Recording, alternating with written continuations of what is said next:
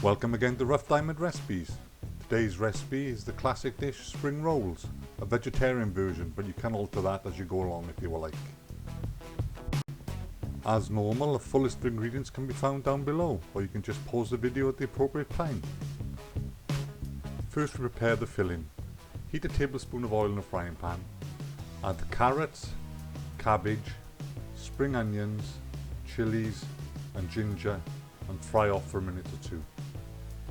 These are just the vegetables I'm using today, but you can substitute them anytime you like with something you prefer. After the vegetables have wilted down slightly, it's time to add the rice noodles. We're using the pre-cooked rice noodles for this dish simply because it's easier and you can buy them in the shops easily enough. You could of course use the dry noodles and reconstitute them in water as it says in the packet, but as normal, the easy way out for me. After the noodles are mixed in, it's time to add the oyster sauce and soy sauce, and again thoroughly mix together. After the oyster sauce and soy sauce have been mixed in, it's time to remove the filling from the heat and allow it to cool down.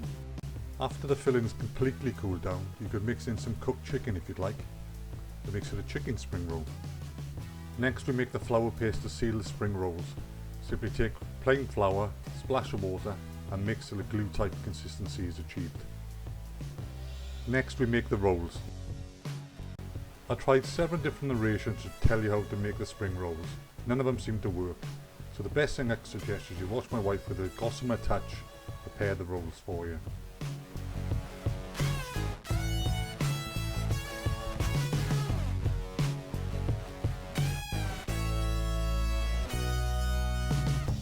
Let's do another one closer up so you can see a bit better. While narrating this part of the video, my wife's hovering over the shoulder saying, "Don't forget to tell her to seal the end up with the glue. Don't forget to tell her to seal the end up with the glue." So, don't forget to seal the end up with the glue. I told him about the glue, honest. That woman never lets go. After your wife is finished telling you can roll your own bloody rolls next time, heat enough oil to shallow fry in the frying pan to about 150 degrees C.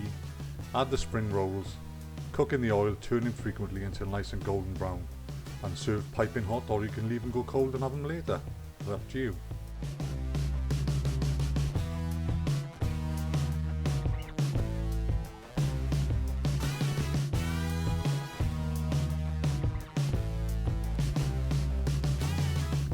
Hope you enjoyed this simple and tasty recipe. Feel free to subscribe, share and like, and hopefully we'll see you soon again on the next one.